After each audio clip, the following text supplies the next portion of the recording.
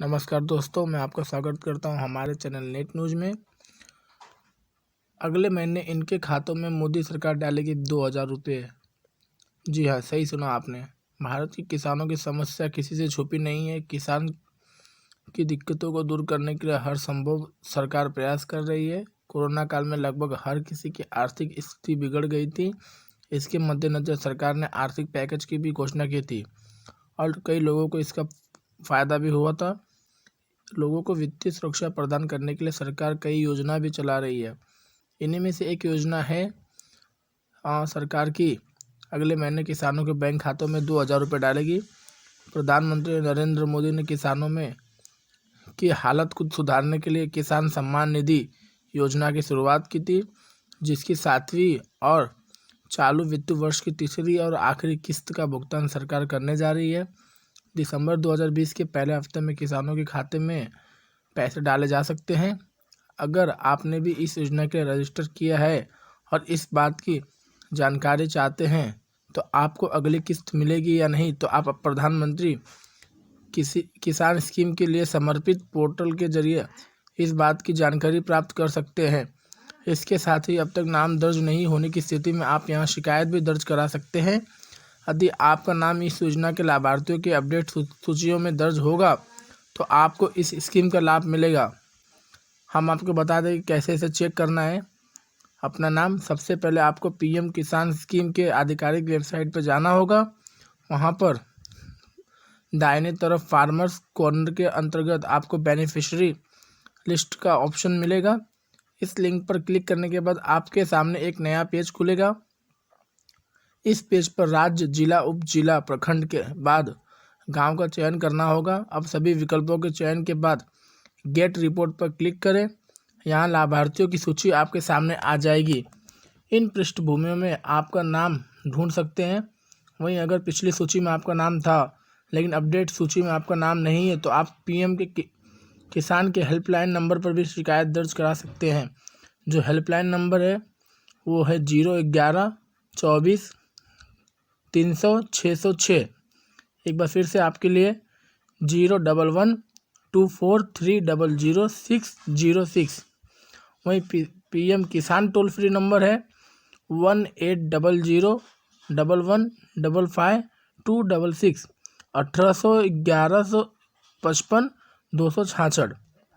और वहीं दूसरी बड़ी खबर की बात करें तो सुशांत सिंह मौत के से जुड़ी एक बड़ी खबर आ रही है। अक्षय कुमार ने बिहार से जुड़े एक यूट्यूबर पर पूरे 500 करोड़ का मुकदमा दर्ज किया है मानहानि का। इस यूट्यूबर जो पिछले कुछ महीने सुशांत सिंह के राजपूत की मौत में जो राजनीतिक फ़ायदा और लाभ लेने की अफवाह फैलाई गई थी, उसमें अक्षय कुमार का भी नाम आया था।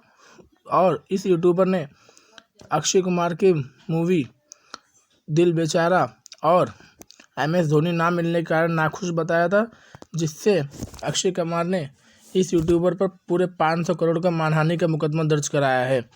वहीं बात करें दूसरी योजना की जो केंद्र सरकार चला रही है, उसमें आत्मनिर्भर भारत रोजगार योजना ये भी शामिल है।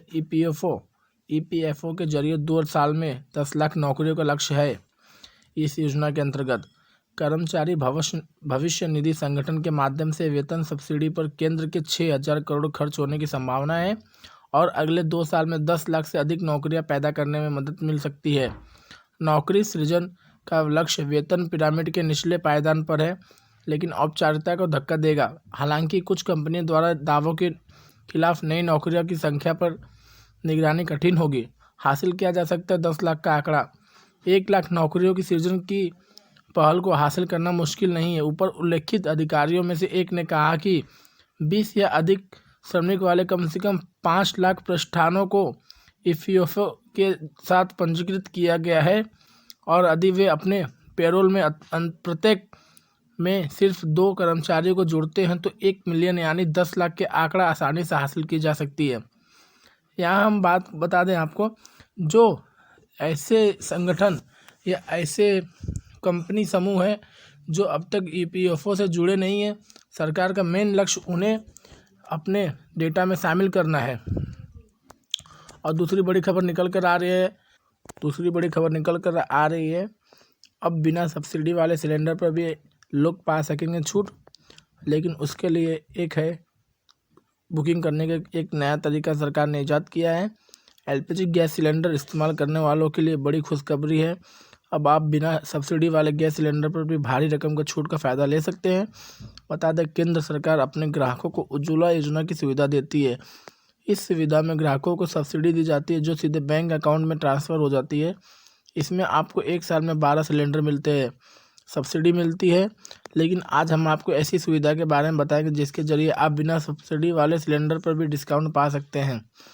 मनी कंट्रोल की खबर के मुताबिक इस समय डिजिटल पेमेंट को बढ़ावा देने के लिए सरकार तेल कंपनियां ग्राहकों को कैशबैक की सुविधा देती हैं। अगर आप डिजिटल मोड से सिलेंडर की बुकिंग करते हैं तो आपको ये सुविधा मिल सकती है। बता दें, हिंदुस्तान पेट्रोलियम, इंडियन ऑयल और भारत पेट्रोलियम अपने ग्राहकों को ऑनलाइन पेमेंट करने पर कैशबैक की सुविधा देती है। और दूसरी खबर बता दें आपको, कोरोना महामारी से जुड़ी हुई आ रही है।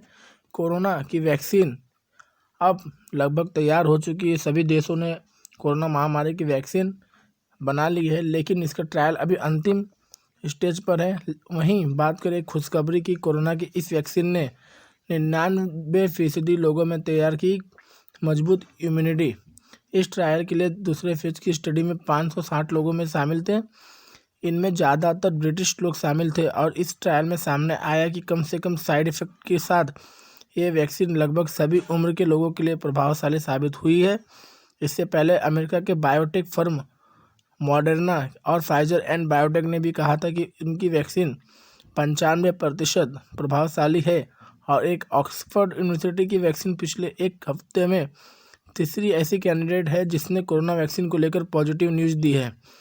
ऑक्सफोर्ड वैक्सीन ग्रुप के इन्वेस्टिगेटर डॉक्टर महेशी रामास्वामी का कहना था कि कोविड की वैक्सीन के लिए हमारी प्राथमिकता बुजुर्ग लोग हैं, क्योंकि उनमें इस बीमारी का खतरा काफ़ी ज़्यादा है।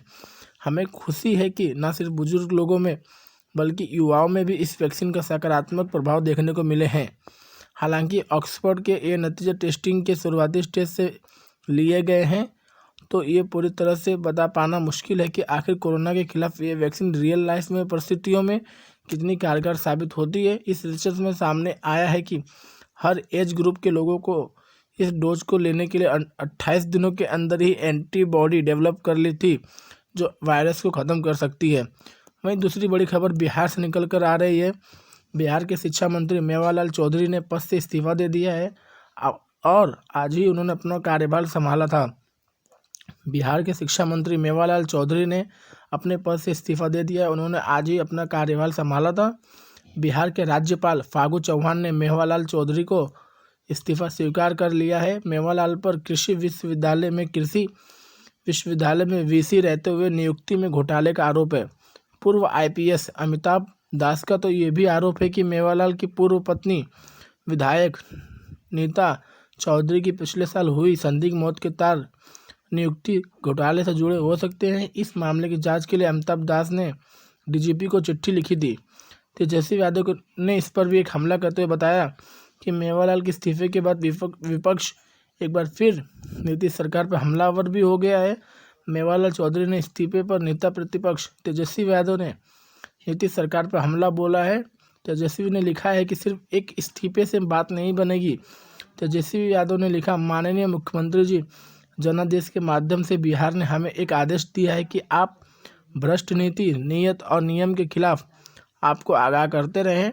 महज एक इस्तीफे से बात नहीं बनेगी। अभी तो 19 लाख नौकरियां, संविदा और समान काम समान वेतन जैसे अनेक जन सरोकार के मुद्दे पर मिलेंगे। जय बिहार, जय हिंद। ये नीतीश का एक ट्वीट था। क्या है मामला, हम आपको पूरा बता दें।